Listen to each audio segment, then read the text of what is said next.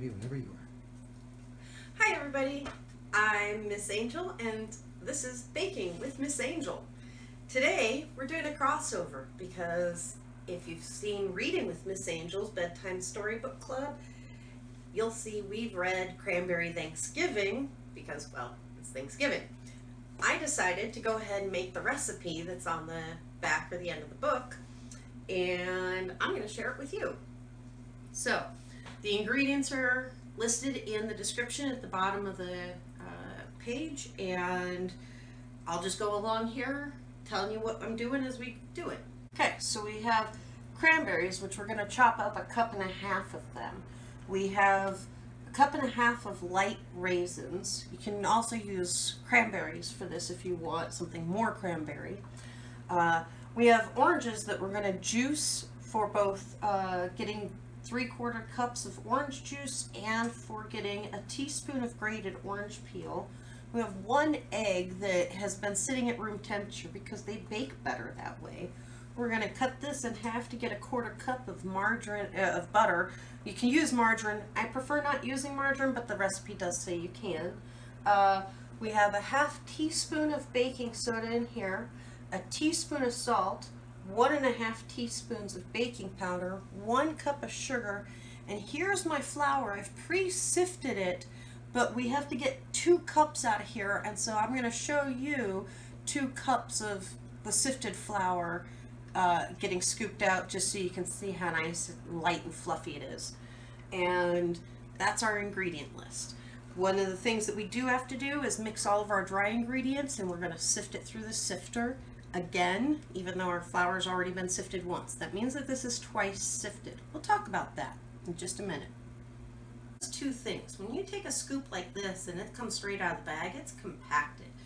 And this is super light and fluffy right now. So it's going to go into the sifter. We're going to get 2 cups of this. I'm going to put it in here.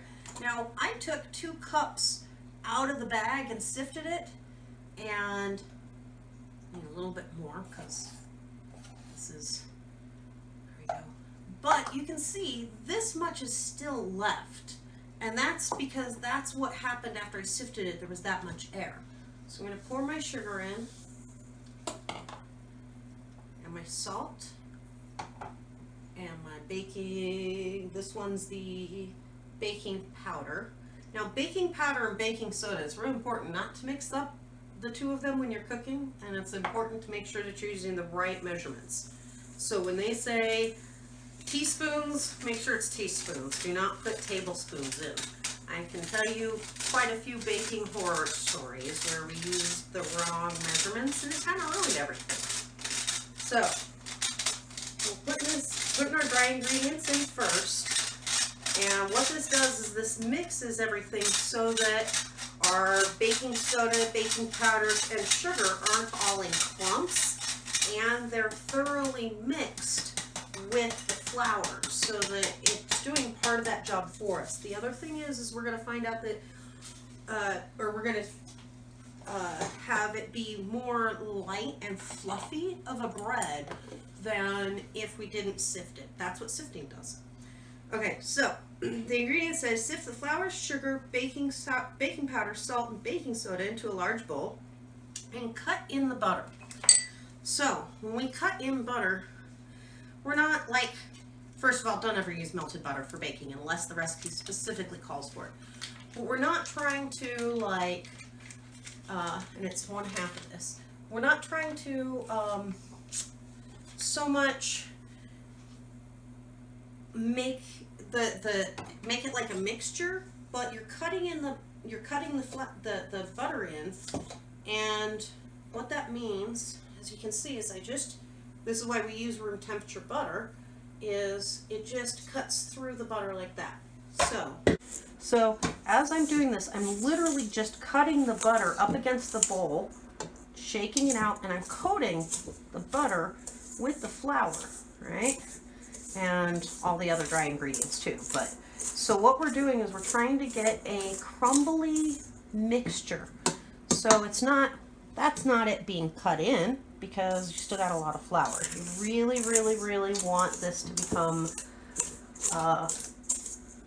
And you may have to use your fingers or a spatula and get the butter off of there, but you're literally just trying to get your 1/4 cup of butter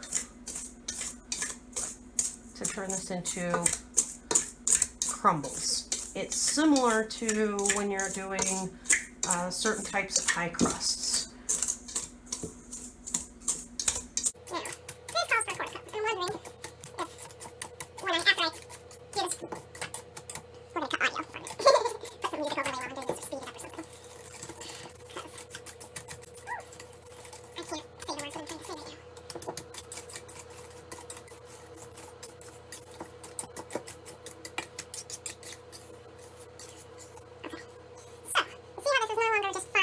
Sugar, it kind of, not quite doughy, but it's got little balls of stuff in it.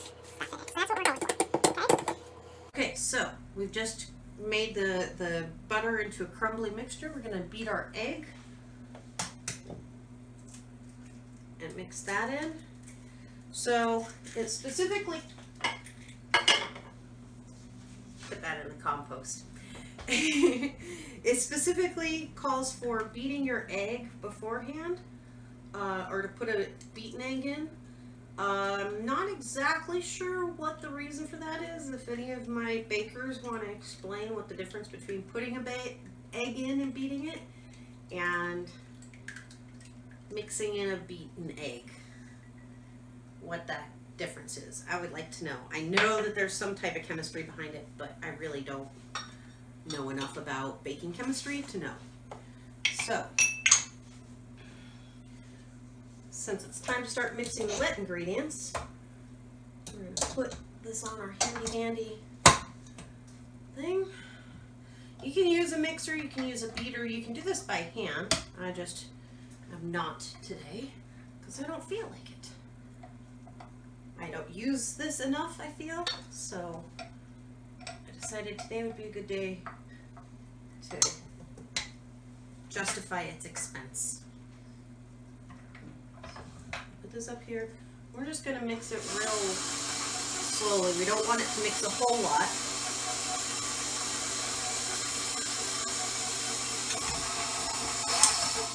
And why we read the ingredients, I totally forgot, or the directions first, I totally did not read.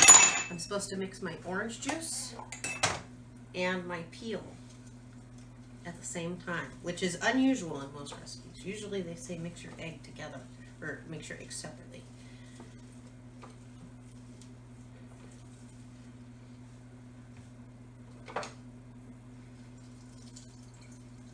You don't have to use fresh oranges, but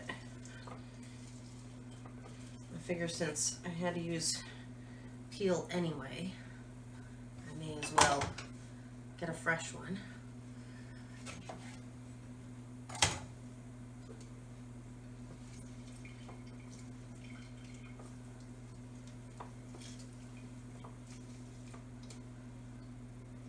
This calls for 3/4 of a cup. So we're about halfway there. Hopefully I have enough oranges to do this. And you don't have to use the kind of oranges I am. I believe these are like mandarins. I'm not sure. The store didn't have them labeled, but they were the only ones that were actually like ripe.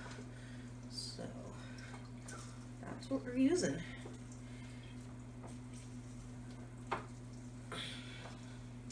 Now, I'll be honest with y'all, I've never made this recipe before. So I have no idea what it's actually going to taste like, and I have no idea if there's any types of modifications to the recipe that can be made. I am sure some of my gluten-free people know of some good flours that might make good bread that they can try with this, but I personally don't know. Ah, it looks like 4 of these is perfect. Okay. So there's my orange juice. And now for my lime. So what we're trying to do when we do this We're not looking to get any of the white. We're just trying to get the very outside most part of the peel. And this is not by any means my favorite part of the orange. Sometimes it's easier to do this when they're still oranges. If you're going to juice them, I find just taking the rind afterwards is easier, because it's harder to juice an orange without its peel being solid. But not everybody's got the patience to do it where the peel likes to fall apart. So you can see it's not very deep, it's just a little tiny bit. Do you want to zoom it in?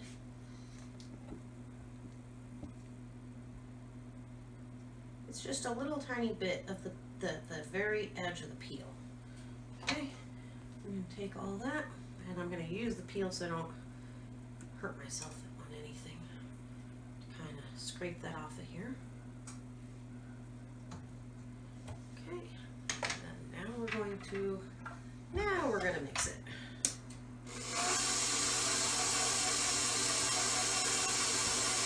Aprons. The only time it's acceptable to wipe your hands on your clothes.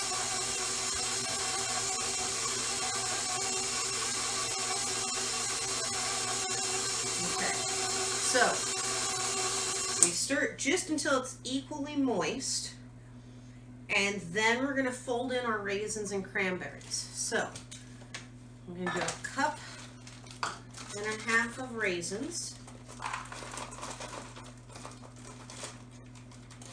And I don't think it needs to be like compact or anything. In fact, that would probably be worse.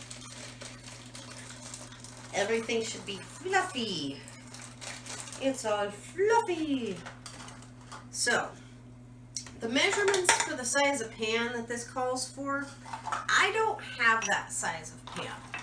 And so we're not going to do that, but I am going to show you guys my little pan that I've got. That's what we're going to do this taste off of, and then the other one's going to my family Thanksgiving. So it calls for 1.5 cups of cranberries, so we're going to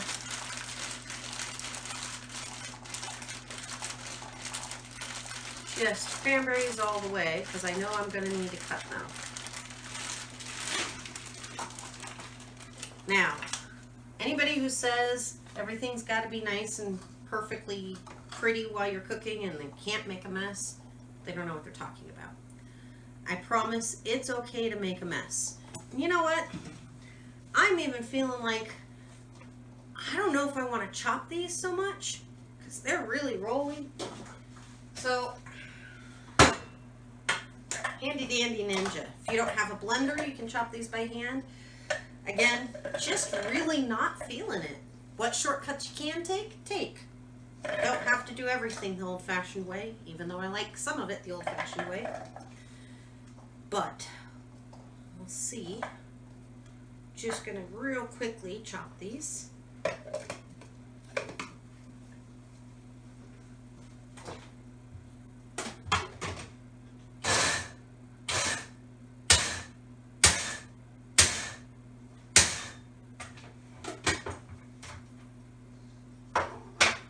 Go. That looks good. See, perfectly chopped. So I'll do this with the half cup scooper. And well, might need to add a little bit more. Well, no, that's about 1 cup. So we're going to completely drop this down and all of that.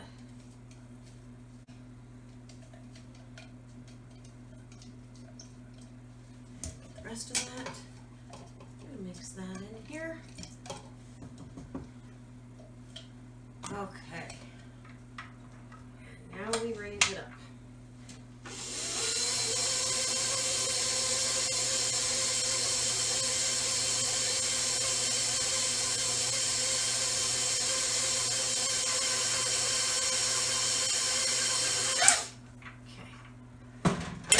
wrong direction with that. I want to make sure I get all this other batter off of here. I thought it was going to fold in with it, but some of it didn't get. Well, it smells so much like oranges. Okay, so I love my sister. I will never make this for my sister. This will kill my sister. I promise I will never make this if you're coming to visit me.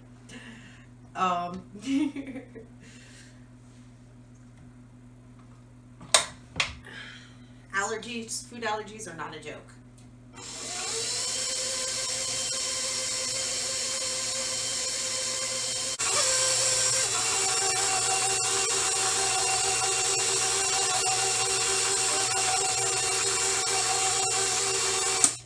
Okay, that's not good.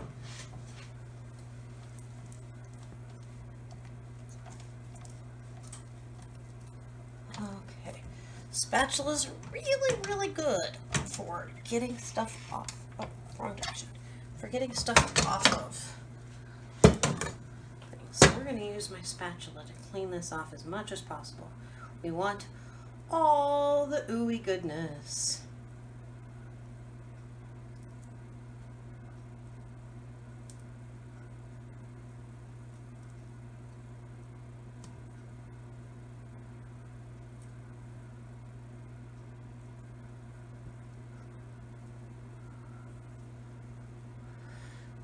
Looks like that's about as good as it's gonna get.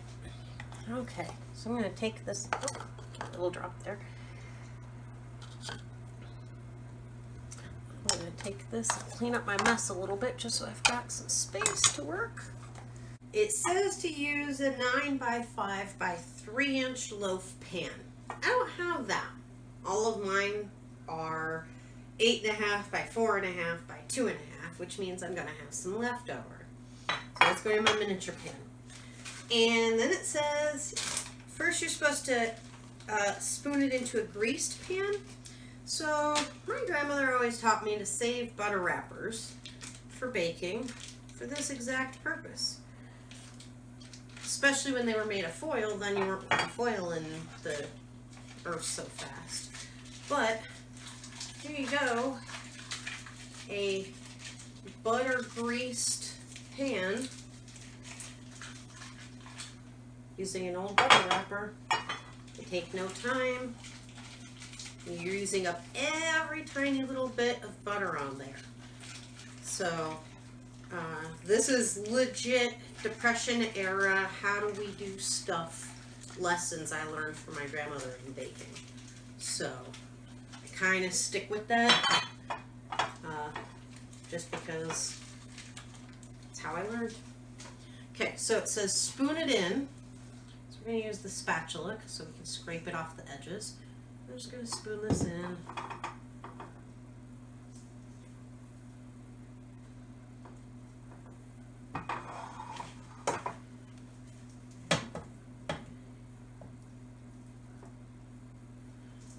And as you can see, it's not like, it's thicker than like brownies, but it's a little bit thinner than a cookie dough. So I think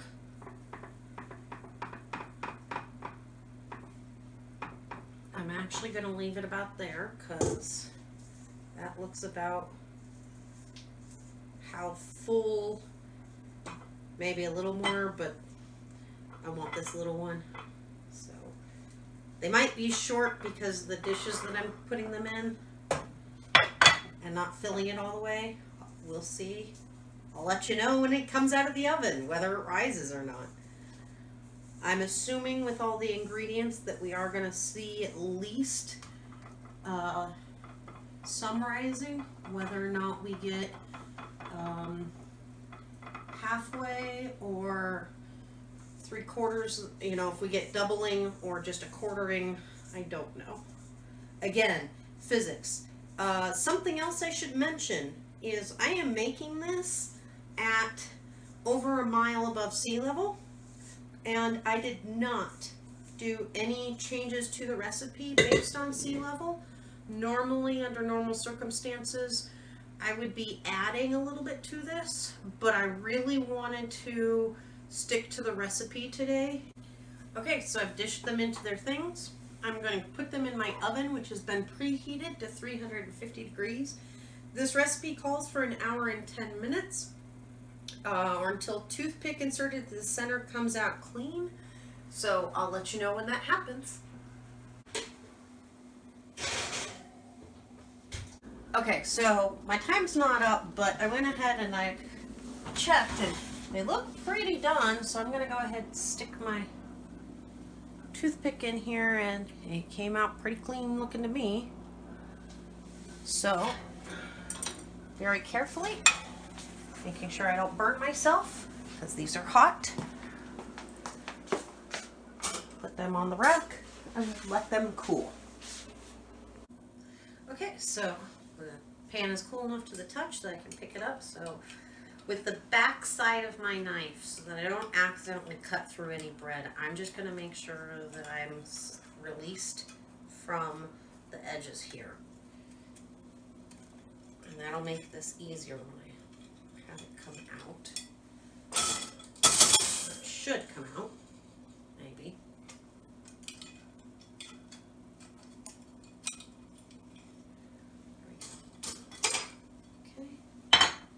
Bottom's a little crumbly, but that's okay. So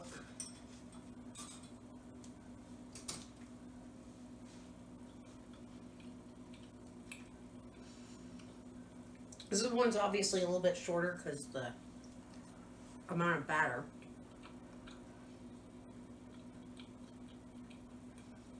It's pretty good. I definitely need to adjust for elevation. So you can follow the recipe if you don't live where I do. If you do, I would definitely adjust for that.